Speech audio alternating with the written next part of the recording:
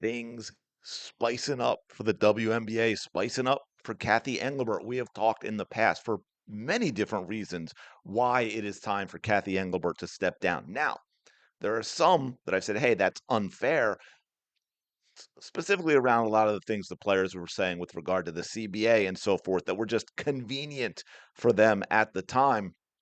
But now we have this really interesting story. And yes, we are going to revisit the Alyssa Thomas incident with Caitlin Clark. We're not getting into the details of that. This is just some of the fallout from that we haven't heard yet. We all know nothing was called during the game, not even a regular foul.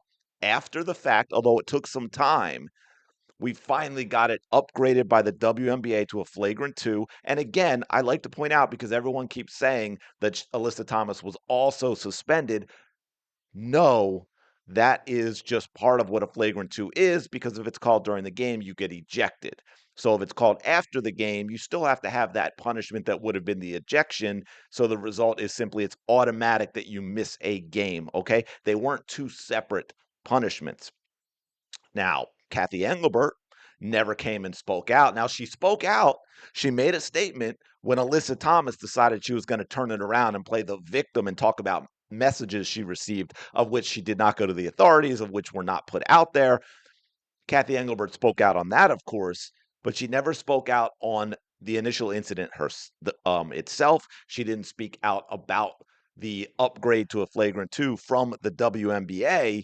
And now we are hearing that Cathy Engelbert was forced to do it from NBA Commissioner Adam Silver.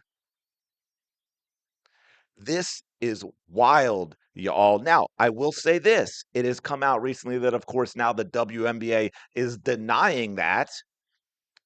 But of course they would, right? It makes sense for them to deny that. It makes sense for Cathy Engelbert's office to say, no, no, this isn't true. We did this, this, and this was the end result. It had nothing to do with a call from Adam Silver. Now, Adam Silver, from everything I've seen, likes Cathy Engelbert, or she would have been gone a long time ago.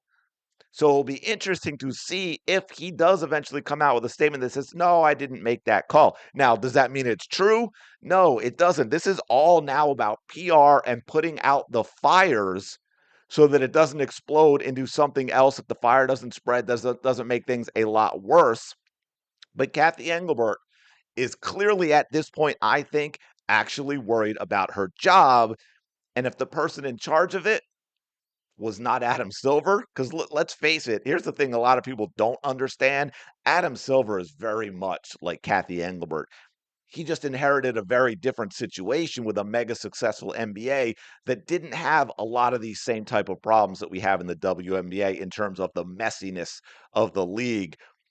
So Adam Silver got lucky in that way. But if you want to look at who Adam Silver is as a person, he very much holds a lot of the same positions and beliefs as Cathy Engelbert. So I think that's why he's been okay with Cathy being in charge. I've always said David Stern, one of the greatest commissioners in all of professional sports ever, but his only mistake was a massive one, and that was putting Adam Silver in charge of the NBA. But anyway, according to Sports Business Journal, they came out with this. Sources say that Silver persuaded Engelbert to suspend Thomas after the Clark incident, and it says in the subhead what I was just talking about. WNBA commissioner did not initially plan to discipline Thomas for actions against Clark, which the WNBA denies. Of course, they're going to deny that. So let's dig into this a little bit.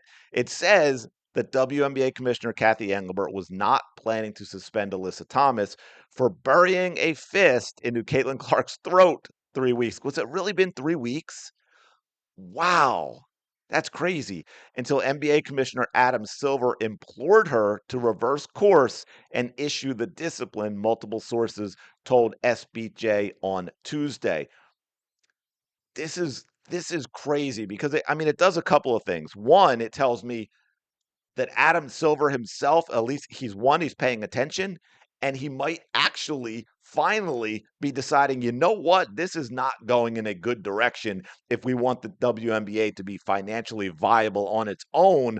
Otherwise, the NBA going to have to be shelling out a lot more money than it did in the past because that new CBA is in effect, and all those players are getting those massive salaries that they are going to need much bigger ratings for them to be able to be paid without the NBA opening up its pocket even more to cover the losses of the WNBA. So that's the good news. The flip side of that, the problem, once again, with Cathy Engelbert is she's so ensconced in a bubble that she thought nothing like that this was not a big deal, that if she just ignored what happened with Alyssa Thomas and Caitlin Clark, that there wouldn't be fallout, there wouldn't be consequences, and we'd all just move forward as if nothing happened. That's really concerning. The other thing that's really concerning with Cathy Engelbert that I think has been touched on here and there, Cathy Engelbert is terrified of the, I'm going to say it, brace yourselves, cover your ears if you want to, but this is the truth. I'm not saying this with any, this is not a criticism, it is not praise, it is just the reality that it is an activist black queer league, majority black queer league. And it is very, very much an activist league. And a lot of people have said that Cathy Engelbert is terrified of the backlash she would get from that majority segment of the WNBA if she does anything that they don't like. And from everything I've seen from Cathy Engelbert, that seems like the absolute truth. Now, apparently, after Adam Silver contacted Cathy Engelbert, we got the suspension of Thomas for one game. Again, no, that's the wording in the article. It was a flagrant two. It was an upgrade to a flagrant two. Okay, let's leave it at that. A whopping $1,000 fine. I think Alyssa Thomas, I believe, is one of those new $1 million a year players for the WNBA. And then an WNBA spokesperson said Wednesday it was absolutely false that Engelbert did not originally plan to suspend Thomas. Sources believe the fact Silver needed to persuade Engelbert is another sign she is likely in her final season as commissioner. Now, I will say this. Do I know for sure which direction this is going? No. I'm going to give a little more credence, credibility reasons to Sports Business Journal for feeling confident enough in their sources that they would put this out there versus, some other reporters or journalists or media organizations where I'm going to be like, yeah, your track record isn't the best. You have a tendency to just make up sources so you can say what you want to say and then say, oh, well, they're anonymous and we've got to protect them. So, I mean, we'll see what happens. But like I said,